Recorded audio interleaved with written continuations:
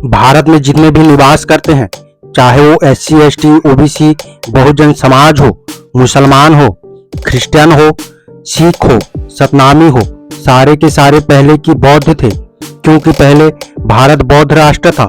पूरे प्रमाण के साथ जानकारी देंगे, बताएंगे। वीडियो में अंत तक जरूर बने रहिएगा। तो चलिए वीडियो को शुरू करते हैं।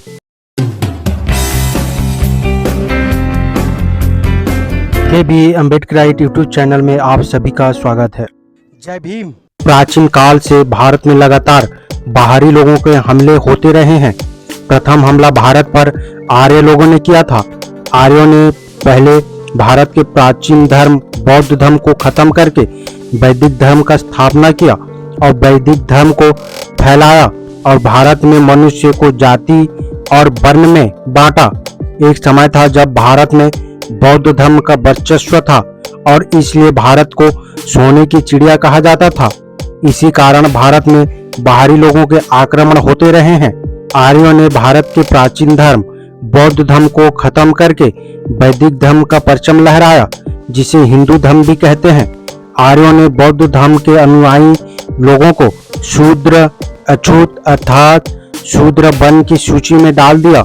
जब भारत में मुगल शासक हुए तो उन्होंने वैदिक धर्म के लोगों को और शूद्र वर्ण अर्थात बौद्ध लोगों को मुस्लिम बनाया। जब भारत में अंग्रेज आए तो उनके मिशनरियों ने भारत में ईसाई धर्म को फैलाया। ईसाई धर्म को भी शूद्र वर्ण या अन्य वर्ग के लोगों ने ग्रहण किया, जो पहले कभी बौद्ध थे। इसके बहुत सारे उदाहरण हमें देखने को मिलते हैं। सन 2012 की मुख्य वक्ता में राज एक्सप्रेस मैगजीन का सवाल ये था कि भारत में जितने भी ईसाई हैं 98% अनुसूचित जाति वर्ग या पिछड़े वर्ग के हैं।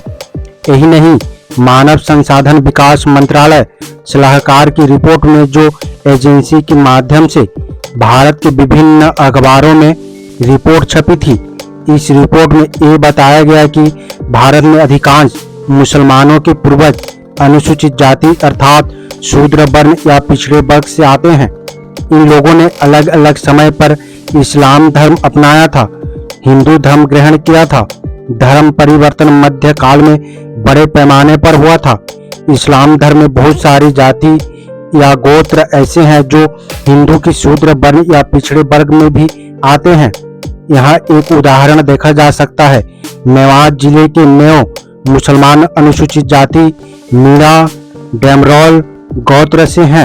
इन मीणा समुदाय के लोगों ने मध्यकाल के लगभग इस्लाम ग्रहण किया था। इसके अलावा मेवात में जाट, गुज्जर, अहीर आदि भी धर्मांतरण होने के पश्चात मेव बने। मेवात जिला हरियाणा में है। मेवात जिला का प्राचीन इतिहास है। इस जिले में मेव समुदाय अधिक संख्या में वास करते हैं। मेव समुदाय पहले बौद्ध धर्म के अनुयायी थे। तुर्की गुलाम वंश के युद्ध के कारण बौद्ध धर्म के मेव लोग इस्लाम धर्म में धर्मांतरण हो गए थे। 1947 में विभाजन के दौरान पाकिस्तान के अछूत लोगों को जबरन मुसलमान बनाया गया। यही नहीं, निजाम रियासत में हैदराबाद में बड़े पैमाने पर इस्लाम धर्म ग्रहण कराया गया और यहाँ लोगों को बड़ी बड़ी भू संपत्ति भी दी गई। इस पर डॉक्टर BR अम्बेडकर ने आलोचना भी की थी और विभाजन के दौरान डॉक्टर अम्बेडकर ने पाकिस्तान सरकार को एक वक्तव्य भी जारी किया था कि पाकिस्तान सरकार अछूतों को मुसलमान बना रही है, इसलिए अछूतों को भारत नहीं आने दे रही है। सन 712 से लेकर 1947 तक बड़े पैमाने पर अछूत लोगों को विभिन्न धर्मों में धर्मांतरण कराया गया। इसी कारण अधिकांश धर्मों में जाति व्यवस्था ऊंच नीच बड़े स्तर पर देखा जा सकता है। डॉक्टर अम्बेडकर थर्स्ट अन पाकिस्तान में लिखते हैं, मुसलमान स्वयं को दो वर्गों में बांटा हुआ मानते हैं। एक है अशरफ और दूसरा है अजलाफ। अशरफ से अभिप्राय उस वर्ग से है जो अपने आप का उच्च वर्ग मानते हैं। इस वर्ग में या तो विदेशी उच्च जातियों के वंशज के थे या जो पहले वो हिंदू थे जो उच्च वर्ग से आते थे। इसलिए इस्लाम धर्म में भी आने के बाद भी वो उच्च जाति में माने गए। इसलिए उन्होंने अपने आप को अशरफ कहा, जबकि शेष मुसलमान अजलाफ अर्थात हीन या नीच समझे जाते हैं।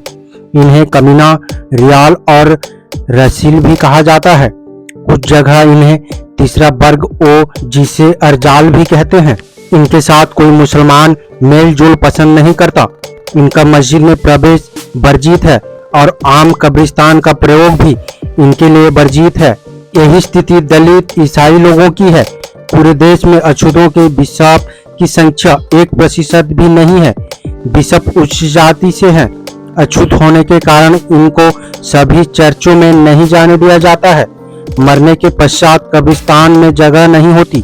ऐसा इसलिए होता है कि क्योंकि ये लोग शूद्र वर्ण से आते हैं और शूद्र वर्ण की उत्पत्ति के पीछे आर्य लोग और बाहरी लुटेरे जो भारत के राजा महाराजा बने।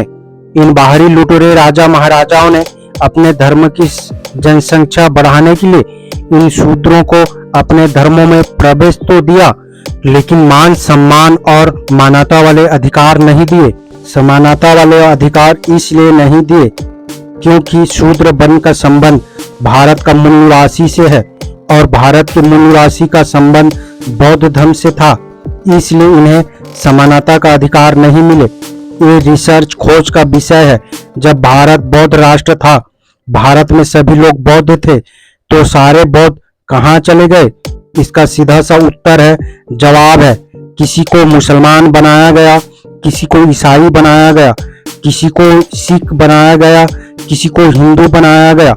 जहां भी ये वर्ग गया वही अभिजात्य रहा। क्या ये अभिजात्य वर्ग फिर से अपने घर लौट सकेंगे? ये एक सोचने वाला बात है, सोचने वाला प्रश्न है।